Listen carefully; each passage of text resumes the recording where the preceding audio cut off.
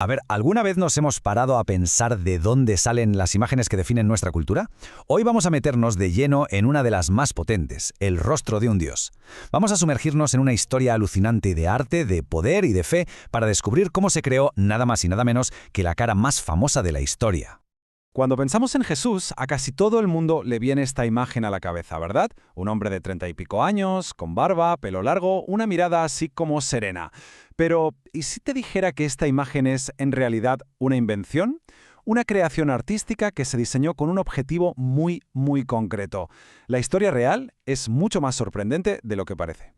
Pues sí, tal cual. Durante los 3 primeros siglos, el cristianismo era una fe sin imágenes, una religión que se movía en la clandestinidad y se comunicaba con códigos secretos. No había retratos de su Mesías en ningún sitio, ni en las catacumbas, ni donde se reunían. El rostro que conocemos hoy tardaría muchísimo en aparecer. Venga, vamos a meternos en esa primera etapa. Para entender cómo apareció la cara de Jesús, primero tenemos que descifrar por qué no existió durante tanto tiempo.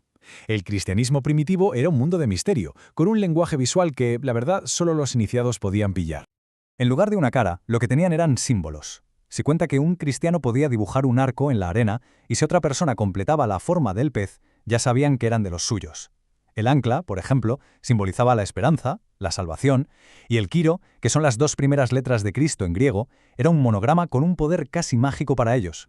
Pero ojo, que quizás el código más alucinante de todos era el cuadrado Sator, un juego de palabras de una inteligencia brutal. No solo que se lea igual en todas las direcciones, es que sus letras se pueden recolocar para formar una cruz que dice Pater Noster, Padre Nuestro. Y las letras que sobran son alfa y omega, el principio y el fin. Un código perfecto, vamos, escondido a plena vista. Entonces, la gran pregunta es, ¿cuándo y cómo aparece por fin un rostro? Y aquí es donde la historia da un giro que es una pasada.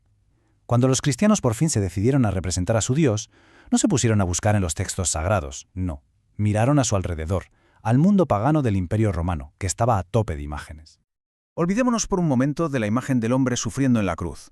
El primer Jesús que vemos en el arte, en las catacumbas, es un personaje súper joven y lleno de energía. Es un chaval sin barba, con el pelo rizado, que aparece haciendo milagros, casi como si fuera un mago con una varita, convierte el agua en vino, resucita a Lázaro. Y claro, ¿por qué esta imagen? Pues la clave está en que el cristianismo primitivo era una religión de salvación. Sus seguidores, que muchas veces eran perseguidos, no necesitaban que nadie les recordara el sufrimiento y la culpa. Necesitaban justo lo contrario, un faro de esperanza, un Dios que les prometiera que las cosas iban a ir a mejor, un Salvador. Y el modelo perfecto para ese Dios de la esperanza era Apolo, el Dios del sol, de la luz, de la belleza, joven, sin barba, radiante. Los artistas cristianos, ni cortos ni perezosos, cogieron prestada esta imagen que era súper popular y reconocible, y la adaptaron, le dieron un nuevo significado. Así que sí, el primer rostro de Jesús fue básicamente el rostro de un dios pagano.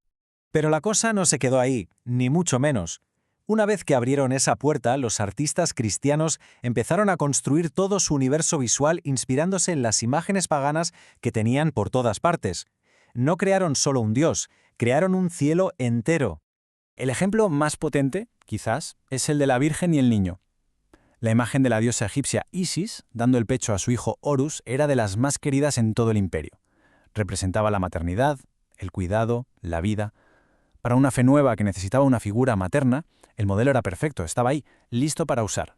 Y esta adaptación se extendió a un montón de elementos que hoy nos parecen puramente cristianos. Las figuras con alas de la victoria, las niques que llevaban las almas de los héroes a la gloria, se convirtieron en ángeles. Y el círculo de luz del sol que rodeaba la cabeza de Apolo para mostrar que era un dios se transformó en el halo de los santos. Vale, este Jesús con cara de Apolo fue lo normal durante siglos. Pero entonces, todo cambió. Y cambió por un solo hombre y un evento histórico que lo puso todo patas arriba. Un punto de inflexión que no solo cambió el imperio, sino también la cara de su Dios. Vamos a situarnos. Año 313. El emperador Constantino legaliza el cristianismo. Y de la noche a la mañana, una fe que era secreta y perseguida se convierte en la religión oficial del imperio más poderoso del mundo. Las reuniones humildes en casa se cambiaron por la construcción de basílicas gigantescas. Y claro, con este nuevo estatus, las necesidades cambiaron por completo. El Salvador joven, accesible, cercano, ya no era suficiente. La Iglesia ahora necesitaba proyectar poder, autoridad, majestuosidad. Necesitaba un Dios que pudiera sentarse en un trono y gobernar, un rey celestial que estuviera a la altura de los emperadores de Roma. Y así el rostro de Jesús se reinventó de arriba a abajo. El modelo ya no era el joven Apolo, sino el rey de los dioses, Zeus, o Júpiter para los romanos. Barbudo, maduro, solemne, imponente. El dios de la esperanza se transformó en el dios del juicio. La imagen que conocemos hoy no nació de la fe de los primeros cristianos, sino del poder del imperio. Toda esta historia de la cara de Jesús, en realidad no es un caso único. Para nada.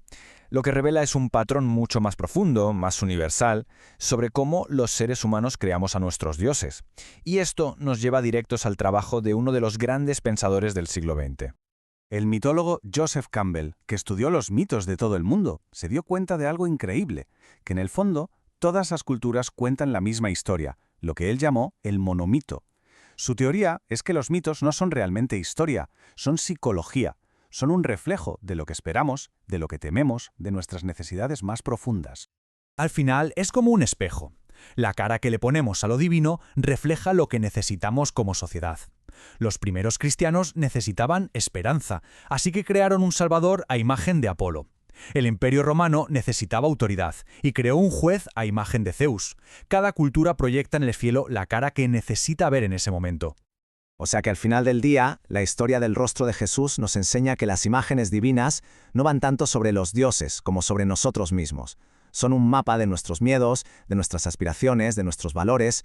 Son la forma que tenemos de darle un sentido a un universo que si no, sería incomprensible.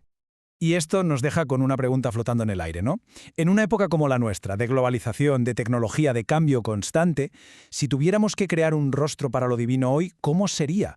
¿Qué necesidades, qué esperanzas y qué miedos de nuestro tiempo veríamos reflejados en él? La respuesta, seguramente, nos diría mucho más sobre nosotros que sobre cualquier dios.